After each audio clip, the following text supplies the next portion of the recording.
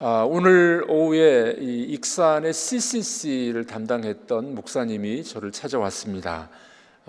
우리 CCC 이 전도 집회를 같이 했으면 좋겠습니다. 그래서 너무 좋은 프로그램이더라고요. 우리 대학교 캠퍼스에 선교 단체들이 많이 죽어버렸어요. 옛날에는 대학교마다 선교 단체가 많았는데 지금은 거의 다 죽어버리고 겨우 CCC 몇 개밖에 남지를 않았습니다. 이 CCC를 창설한 분이 있죠. 빌 브라이트 박사님이라는 분이 계십니다. 이분은 젊었을 때 아주 촉망받는 사업가였습니다. 돈을 많이 벌었었어요. 상당히 재산을 많이 모았습니다. 그런데 이 빌 브라이트가 예수님을 만나고 난 다음에 180도 삶이 달라집니다. 신약 성경의 제자들을 보니 그 제자들이 자기 삶을 포기하고 복음을 위해서 살았다 하는 것을 발견하고서 결심합니다. 그리고 예수님과 계약서를 맺어요. 계약서를 작성합니다. 내 모든 재산, 은사와 능력, 미래의 꿈, 모든 것들을 다 주님께 바치겠습니다. 그 문자 그대로 그는 그날 이후로부터 나는 그리스도의 종입니다. 그리스도의 노예입니다. 그렇게 살아가게 됩니다.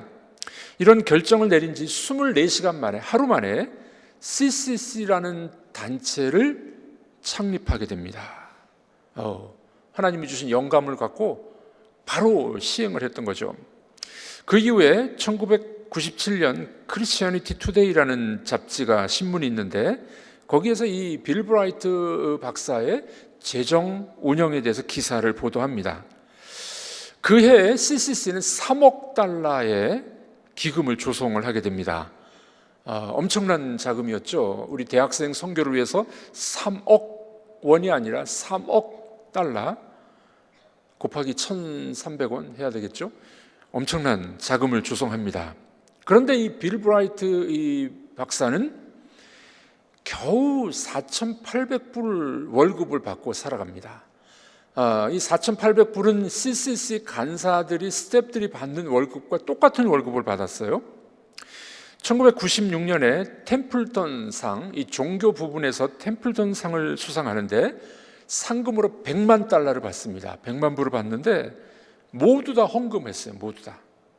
그리고 은퇴 이후를 위해서 연금을 들어놨는데 자기가 들었던 연금 5만 불을 다 헌금을 해서 모스크바의 제자훈련센터를 건립하는 데 기부하게 됩니다. 그의 책도 많이 팔렸죠. 베스트셀러가 됐는데 그 책의 인쇄도 다 CCC 본부로 들어갑니다. 강사료도 받지 않았습니다. 저축도 없었습니다. 차도 없었고 부동산도 없었고 집은 월세로 사는 그런 삶을 살았다고 합니다. 그가 예수님을 만나고 예수님 앞에 계약서를 썼대요. 나는 평생 주님의 노예로 살겠습니다 하는 계약서를 썼는데 그 계약서대로 그런 삶을 살았다고 합니다. 얼마나 복된 그런 삶입니까?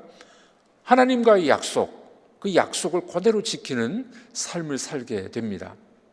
요즘에 이단들 또 교주 또는 어떤 단체에 보면은 재산을 자기 소유, 자기 개인 소유로 돌리는 사람들이 있어요. 그래가지고 지금 한참 난리지 않습니까? 이단들도 그렇고 또 어떤 단체 또 보면은 그런 경향들이 있습니다. 여러분들, 우리가 그리스도의 노예가 됐다, 그리스도의 종이 됐다. 이것은 주님과 우리 약속입니다. 그리고 주님과 계약서를 쓴 거나 마찬가지라는 거예요. 빌 브라이트 박사님은 자기 모든 재산을 주님께 드리고 시간과 열정까지 다 드리는 계약에 충실한 삶을 살았다. 그렇게 평가를 받고 있습니다. 자, 오늘 본문에 보니까 이 하나님과의 계약, 하나님과의 약속을 했는데 약속을 깨트리는 사람들이 등장하게 됩니다. 오늘 본문의 내용을 자세히 보니 이 일시적인 순종, 계약을 맺었으나 계약을 금방 깨트려 버려요. 일시적인 순종은 순종이 아닙니다. 자, 오늘 따라 보겠습니다. 일시적 순종은 순종이 아닙니다. 모양만 낸 거죠. 모양만. 나 순종했어요. 모양만 내다가 금방 파기해버리는 겁니다. 성경책을 다른 말로 하면 계약의 책이다. 언약의 책이다 그렇게 이야기합니다. 그래서 우리가 구약을 뭐라 그래요? 몰라요? 구약을 구약, 신약을 뭐라 그래요? 신약, 언약책이라는 거예요. 옛날 언약, 새로운 언약, 계약의 책이에요. 성경은 계약의 책입니다. 하나님과 인간 사이의 계약, 중요한 계약들이 성경 곳곳에 나옵니다. 그래서 우리 이 성경 전체를 이야기하면서 한마디로 이야기할 때는 언약이다 이렇게도 이야기합니다. 언약. 성경을 보면 아주 중요한 계약 언약들이 나옵니다. 제일 먼저 창조의 언약이 나와요. 아담과 하나님이 맺었던 창조의 언약이 있습니다. 그 다음에 인간이 타락하고 난 다음에 어떤 언약이 나오냐면 노아의 언약이 나와요. 하나님이 노아하고 언약을 맺으셨어요. 언약의 징표로 뭐를 하나님 보여주셨습니까? 무지개를 보여주셨어요. 이 노아의 언약은 다시는 이 홍수로 전 인류를 멸망시키지 않을 거야. 낮과 밤과 사시사철이 계속해서 돌아갈 거야. 보존의 언약이라고 해요. 보존의 언약. 노아의 언약은 보존의 언약입니다. 오늘 밤이 됐습니다. 내일 아침에는 해가 뜰 겁니다. 이게 뭐라고요? 보존의 언약이에요. 하나님이 노아의 언약 보여주신 겁니다. 그 다음에 나오는 언약은 아브라함과 맺은 언약입니다. 아브라함과 맺은 언약. 또 그 다음 언약이 모세와 맺은 언약. 이거 율법의 언약이라 그래요. 그리고 다윗의 언약이 나오죠. 왕국의 언약. 하나님 나라 왕국이 이 메시아를 통해서 완성될 거야. 왕국의 언약이 다윗의 언약입니다. 예레미야 31장에 보면 또 마지막으로 중요한 언약이 나옵니다. 그 언약이 뭔지 아십니까? 새 언약. 이 새 언약은 예수 그리스도의 새 언약을 말하는 거예요.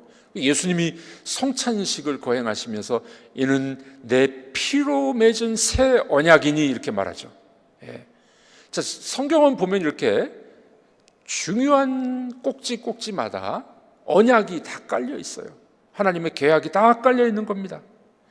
자, 특별히 오늘 본문에 나오는 이 계약의 형태가 있는데 이것은 아브라함과 맺었던 이 계약과 똑같은 계약의 모습을 여기 보여주게 됩니다.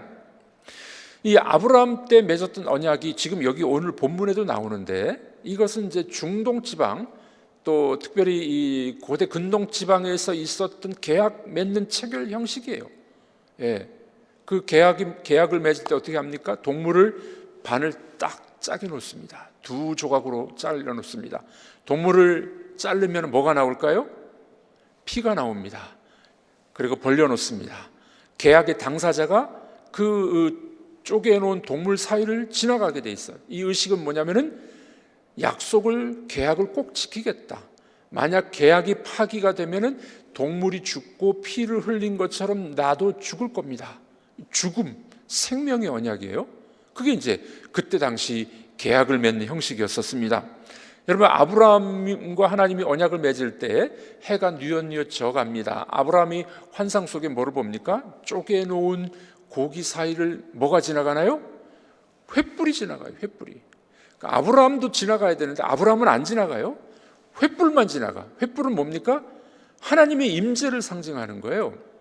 그러니까 인간과 하나님 사이의 언약이 깨지면 하나님은 언약을 깨트리는 분이 아니에요. 인간이 언약을 깨트렸을 때 누가 죽겠다는 말입니까? 방금 말씀드렸잖아요. 누가 지나갔다고요? 하나님, 횃불로 상징되는 하나님이 지나갔어요.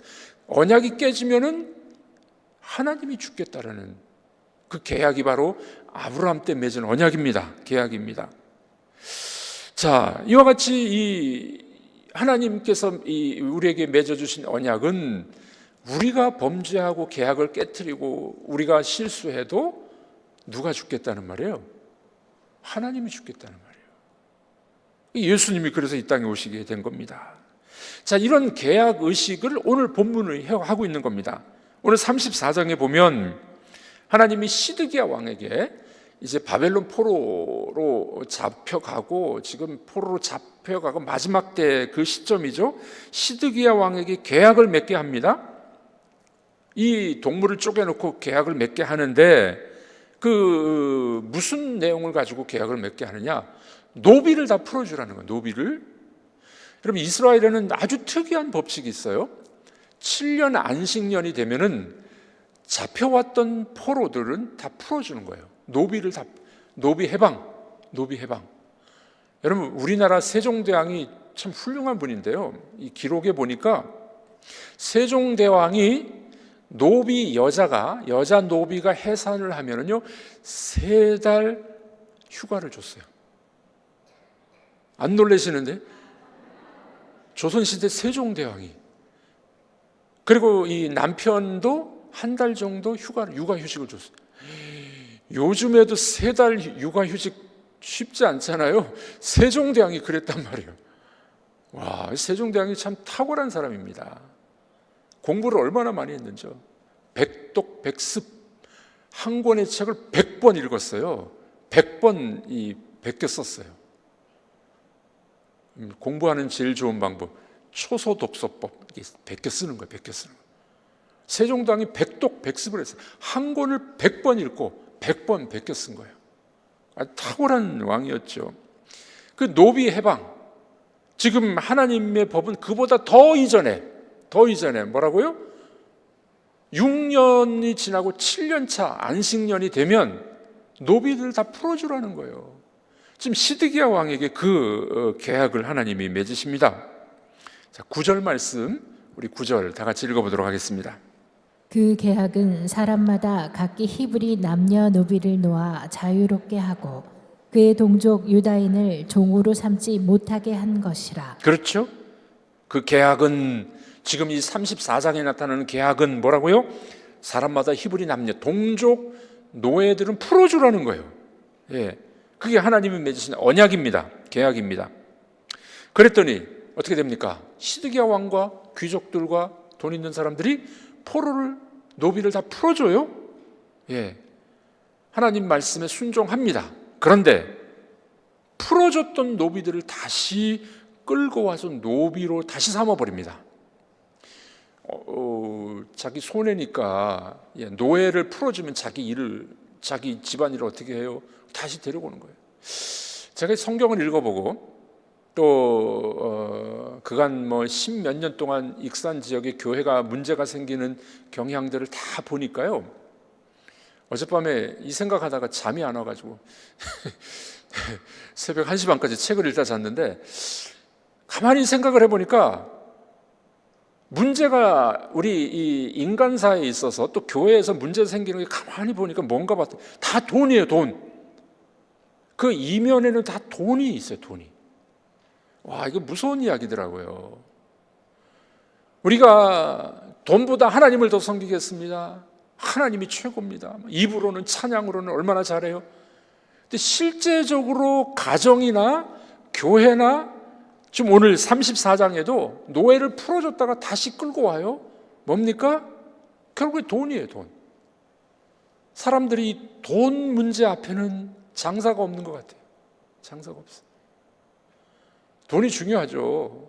그런데 우리 믿음으로 돈을 바라볼 줄 알아야 되는데, 다 문제들의 이면을 보면 다 돈이에요. 다 돈. 물론 아닌 것도 있지만. 자, 보십시오. 이 사람들이 히브리 남녀 노비를 풀어줬어요.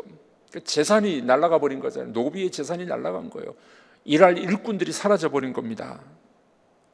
안 되겠네? 하나님 명령 따랐다가 계약을 했다가 계약을 파기해 버립니다. 다시 노비들을 끌고 오죠. 일시적인 순종은 순종이 아닙니다. 자, 몇 절입니까? 11절 우리 읽어보도록 하겠습니다. 후에 그들의 뜻이 변하여 자유를 주었던 노비를 끌어다가 복종시켜 다시 노비로 삼았더라. 그렇죠? 풀어줬다가 다시 끌고 와서 노비로 삼아버리는 겁니다. 일시적인 순종은 순종이 아닙니다. 어떤 아버지가 아들에게 이렇게 약속을 합니다. 너 대학 합격하면 내가 자동차 사줄게. 아들이 대학에 딱 합격했습니다. 아버지에게 이제 자동차 사달라고 쫄랐습니다. 그래서 아버지가 이제 자동차를 사주는 조건으로 약속을 합니다. 그래, 내가 이 성경책을 줄 텐데 이 성경책을 네가 읽으면 이 안에서 자동차보다도 더 귀한 거를 발견할 거야. 성경책을 선물로 줬습니다. 아들이 화가 났어요. 사달라는 성경책을, 아니 자동차는 안 사주고 성경책을 주시다니 화가 났습니다. 4년 동안 집에 가질 않아요. 그리고 하숙을 하면서 대학 공부를 합니다. 드디어 이제 대학 4년을 마치고 하숙 생활 끝나고 집으로 가려고 짐을 챙기는데, 이제 짐을 주섬주섬 챙기는데 이 책상 위에 먼지가 가득 쌓인 성경책이 있는 거예요. 아버지가 준 거가. 그래서 그걸 이제 툴툴 털면서 보는데 뭐가 종이가 한 장 뚝 떨어지네. 보니까 수표였어요. 자동차를 사고도 남을 만한 돈이 있는 수표였었습니다. 깜짝 놀랐습니다. 그런데 4년이 지나가지고 수표 기간이 끝나서 무용지물이 돼버린 거예요. 무용지물이 돼버렸습니다. 아버지 말씀을 내가 안 들었구나. 성경 말씀을 읽으라 그랬는데, 그렇게 아버지를 미워했었는데 반성합니다. 집에 도착했습니다. 집에 갔더니만 자동차 한 대가 딱 있네. 아버지가 자동차를 사놓은 겁니다. 아버지가 사놨어요. 아버지가 보니까 이 4년 동안 이 수표가 지급이 안 된 거예요. 이 녀석이 성경을 안 읽었구나. 그래가지고 아버지가 이제 기다렸다가 자동차를, 새 차를 사놓은 겁니다. 여러분들, 아버지는 기다리고 계시잖아요. 뭐 하기를? 우리가 순종하기를. 우리가 순종하기를 기다리는 겁니다. 우리 신앙생활 하면은 아버지가 이 백지수표, 아버지가 하늘 보화에 준비하고 있는 것들이 있는데 우리는 순종하지 않는 거예요. 그냥 쌓여 있어. 어느 분이 천국에 갔더니만 이런 큰 사물함 같은데 막 보화들이 가득 찼더래요. 하나님한테 물어보면, 하나님 이게 도대체 뭐예요? 그랬더니 내가 너 주려고 준비하는데 너 구하지도 않고 순종도 안 했어.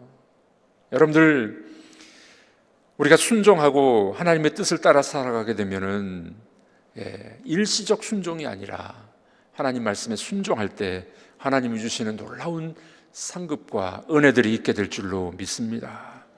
일시적인 순종은 순종이 아니에요. 한두 번 하고 순종 안 하는 것 순종이 아닙니다. 자, 그러면은 오늘 본문은 두 번째로 뭐라고 이야기합니까? 일시적 순종은 그 대가가 있대요. 대가를 지불해야 된대요. 대가. 17절 말씀 우리 읽어보도록 하겠습니다. 그러므로 여호와께서 이와 같이 말씀하시니라. 너희가 나에게 순종하지 아니하고 각기 형제와 이웃에게 자유를 선포한 것을 실행하지 아니하였은즉 내가 너희를 대적하여 칼과 전염병과 기근에게 자유를 주리라.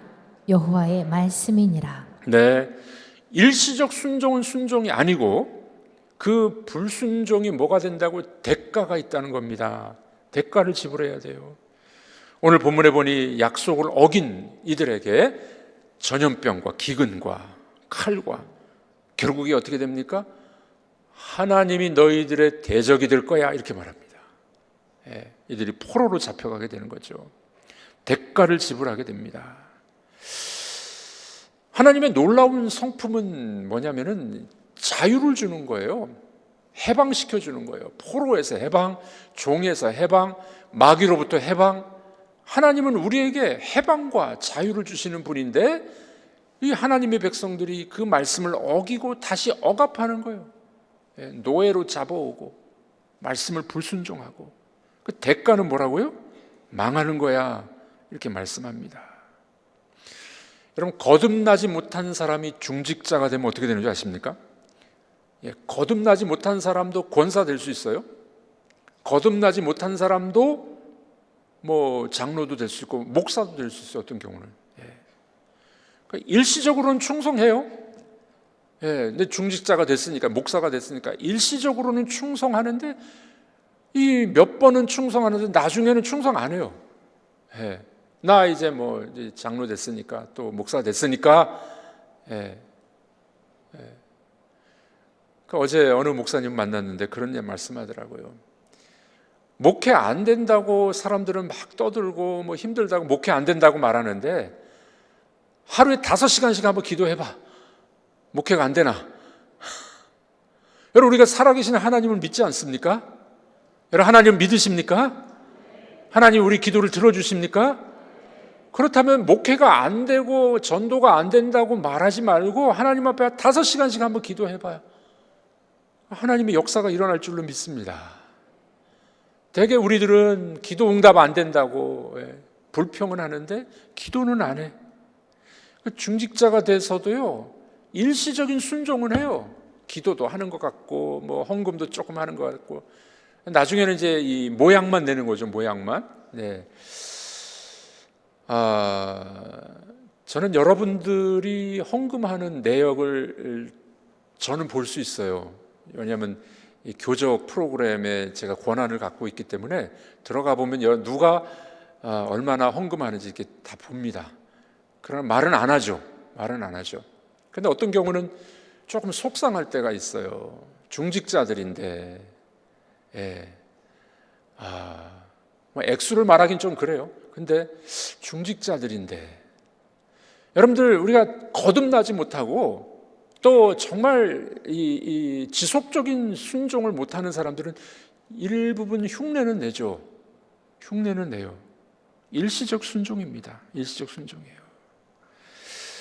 그래서 거듭나지 못한 중직자가 되면 일시적으로는 순종하지만 교회와 집과 세상에서의 모습이 각각 달라요. 교회에서는 경건한 것 같은데 집에 가면 사나워져요. 여러분들은 제외하고. 여러분, 예수 잘 믿는다는 게 뭡니까? 예수 잘 믿는다는 거는요, 갈수록 예수를 닮아가는 거예요. 그래서 그분을 보면은 갈수록 예수 냄새가 나야 돼. 더 사랑스럽고 더 참아줄 줄 알고, 다른 사람 배려할 줄 알고. 그게 예수 닮아가는 거예요. 예수 잘 믿는 겁니다. 그런데 거듭나지 못하고 일시적 순종만 하는 사람들의 모습을 보면은 집에 가서는 싸나워지는 거예요. 사회에서 또 다른 모습을 보여주고. 그 일시적 순종이죠. 진정한 순종이 아닙니다. 위선입니다. 결국엔 어떻게 될까요? 대가를 지불받게 됩니다. 거듭나지 못했으니까 어떻게 된다고요? 결국 지옥에 떨어지겠죠. 목사 노릇 하다가 지옥에 갈 사람들도 있어요. 거듭나지 못하면. 중직자가 됐다가도 어떻게 해요? 천국에 못 갈 사람도 있을 거예요. 거듭나지 못하면. 일시적으로만 순종하고 불순종하면. 그런 일들이 우리 속에 있다는 겁니다. 오늘 본문은 하나님 뭐라고 이야기합니까? 일시적으로 순종해놓고 그 다음에는 불순종이에요. 결국 망한다는 겁니다. 망한다는 거예요. 참 불쌍한 남유다의 모습이 우리의 모습이 안 되기를 바랍니다. 자, 그러면은 이렇게 참 비참한 이 결말을 우리가 보고 끝날 수 있을까요? 그러지 않습니다. 일시적인 순종으로 불순종했던 이들은 망하지만 우리는 어디에서 영원한 순종을 볼 수 있을까요? 우리에게 영원한 순종의 모습을 보여주신 예수님에게서 영원한 순종을 우리는 볼 수가 있습니다. 여러분들 아까 말했잖아요. 쪼개진 고기 사이로 하나님이 지나갔어요. 하나님이신 예수가 이 땅에 오셔서 어떻게 해요? 십자가를 지시면서 대신 피 흘리시고 희생당하시고 죽으심으로 그분은 영원한 제사를 드리셨어요. 그 히브리서 기자는 뭐라고 이야기하냐면 단번에 모든 죄를 위하여 once for all, 단번에 모든 죄를 위하여 영원한 제사를 지내셨다, 이렇게 말씀하고 있습니다. 하나님 자신이신 예수가 이 땅에 오셔서 자기 몸을 찢으시고 피를 흘리심으로 영원한 순종을 우리에게 보여주셨습니다. 그래서 우리가 소망이 있는 거예요. 소망이 있는 거예요. 나를 보면 소망이 없지만 예수를 보면 소망이 있는 줄로 믿습니다. 예수님의 영원한 순종이 우리의 것이 된 줄로 믿으시길 바랍니다. 히브리서 10장 12절 말씀이죠. 우리 한번 읽어보도록 하겠습니다. 오직 그리스도는 죄를 위하여 한 영원한 제사를 드리시고 하나님 우편에 앉으사. 네, 오직 그리스도는 죄를 위하여 한 영원한 제사를 드리고 영원히 순종하셨어요. 오늘 시드기야와 그 귀족과 백성들은 계약을 파기해버렸어요. 일시적 순종이에요. 우리들도 어쩌다 보면 그런 삶을 살지 않습니까? 일시적으로는 순종해요. 네, 좋을 때는 순종해요. 오래 가지 못할 때도 있습니다. 그러나 예수님은 영원한 순종, 그러므로 여러분들 예수님을 본받고 예수님을 바라보는 여러분들이 되길 주의 이름으로 축복합니다. 변함없는 순종이었습니다. 일시적 순종은 순종이 아닙니다. 그러나 우리는 주님을 닮아서 언약을 생명같이 지키고 영원한 순종의 사람들이 되기를 주의 이름으로 축복합니다. 주님과 약속한 것이 있으십니까? 사람과 약속한 것이 있으십니까? 약속한 것, 계약한 것은 무슨 일이 있어도 지켜야 됩니다. 우리 서로 한번 격려하겠습니다. 먼 일이 있어도 지키겠어요?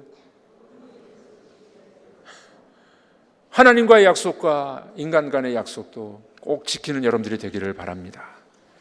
어느 목사님의 아들이 6.25 때 인민군에 의해서 끌려갔습니다. 강제징용돼서 이제 전투에 나가게 된 거죠. 인민군이 남으로 침략을 했다가 이제 북으로 쫓겨가게 된 때였었습니다. 그 아들이 속한 부대가 그 아들의 고향 근처를 지나가게 됐던 겁니다. 이 아들이 이제 이 북쪽으로 쫓겨가면서 이 상관, 가까운 상관에게 부탁을 하는 거예요. 우리 집이 저긴데 오늘 밤에 잠시 좀 내가 갔다 오겠다고. 근데 이 상관이 그러라고 갔다 오라고 이야기를 합니다. 얼마나 감사했겠습니까? 집으로 막 달려가서 다들 엄마 아빠가 아빠가 목사님이고 가족들이 너무 기쁘게 눈물로 받아들였습니다. 그럼 이제 이 날이 새기 전에 돌아가야 되니까 사정을 이야기했어요. 그때 가족들이 이 바보야 왜 돌아가냐고, 돌아가면 안 된다고. 그런데 목사님인 아버지가 이런 이야기를 합니다. 약속을 지켜라. 내가 약속을 지키지 않으면 너를 보내준 내 상관이 죽는다. 가라. 와, 아버지가 매정한 것 같았어요. 네가 약속을 하고 오지 않았냐? 가라. 예. 그래서 날이 밝기 전에 부대로 돌아갑니다. 이 인민군 부대가 이제 이 국군에서 쫓겨서 올라가는데 막 이제 비행기에서 폭격이 떨어지기 시작했어요. 그 이 아들 병사가 자기를 보내줬던 그 상관과 함께 이 참호 속에 들어가서 숨어 있는데 이 상관이 이 아들을 보면서 손을 잡고 이런 이야기를 하는 거예요. 너 참 약속을 지켜서 고맙다. 너 안 올 줄 알았다. 나도 북쪽에 부모님이 있는데 너 약속을 잘 지켜줬으니 내가 눈 감아줄 테니까 빨리 도망가. 빨리 집으로 가라고. 그래가지고 이 아들이 집으로 돌아온 거예요. 약속을 목숨과 같이 생명과 같이 지켰더니 오히려 생명을 얻는 결과가 일어나게 된 겁니다. 여러분들, 사람 간의 약속도 우리가 지켜야 될 줄로 믿습니다. 어떤 남자가 하나님께 기도했어요. 하나님, 저 예쁜 여자와 결혼하게 해주시면 절대 바람 피우지 않겠습니다. 만일 바람을 피운다면 저를 죽이셔도 됩니다. 예쁜 여자하고 결혼하려고 그렇게 이제 하나님께 약속을 한 거예요. 드디어 그 예쁜 아름다운 여인과 결혼을 했습니다. 근데 살다 보면 그 예쁜 게 뭐 오래 갑니까? 이 녀석이 또 바람을 또 피웠네. 바람을 피웠는데 안 죽었어요? 약속한 기도가 뭡니까? 하나님, 예쁜 여자하고 기도하면 내가 바람 안 피울게. 바람 피우면 나 죽어도 좋습니다. 이렇게 이야기했는데 처음엔 두려웠대요. 죽을까 봐. 안 죽었어요? 또 다른 여자. 바람을 계속 피운 겁니다. 3년이 흘렀습니다. 어느 날 이 남자가 100명이 탄 배를 타고 바다를 건너가게 됩니다. 큰 풍랑이 일게 됩니다. 그때 무슨 생각이 들었을까요? 하나님과 약속한 게 기억이 난 겁니다. 바람 피우지 않겠다고, 피우면 죽어도 좋겠다고. 그래서 이제 설마 하나님이 나를 죽이시려고 배는 가라앉지 않겠지. 이때 하나님 말씀하셨답니다. 야 이놈아, 너 같은 놈 100명 모으려고 내가 3년 기다렸다. 이 예쁜 여자 얻으면 바람 안 피우겠다더니 바람 피워가지고 100명 모으려고 내가 3년 기다렸다. 예. 여러분들, 일시적인 순종은 순종이 아니에요. 우리도 처음에는 순종하는 것처럼, 처음에는 충성하는 것처럼 살아가요. 그러나 한두 번은 할 수 있지만 오래도록 하는 건 정말 순종입니다. 우리는 그런 사람들이 못 됩니다. 그래서 누구를 바라봐야 돼요? 영원한 순종이신 예수님을 바라보는 여러분들이 되기를 바랍니다. 그래서 예수님과 같이 하나님과의 약속을 지키고 사람과의 약속을 지키고 신실한 하나님의 종들이 되길 주님의 이름으로 축복합니다. 하나님과 약속한 것은 없으십니까? 사람과 약속한 것은 없으십니까? 일시적 순종은 순종이 아닙니다. 약속을 지키고 언약을 지키는 신실한 하나님의 백성들 되기를 주님의 이름으로 축복합니다.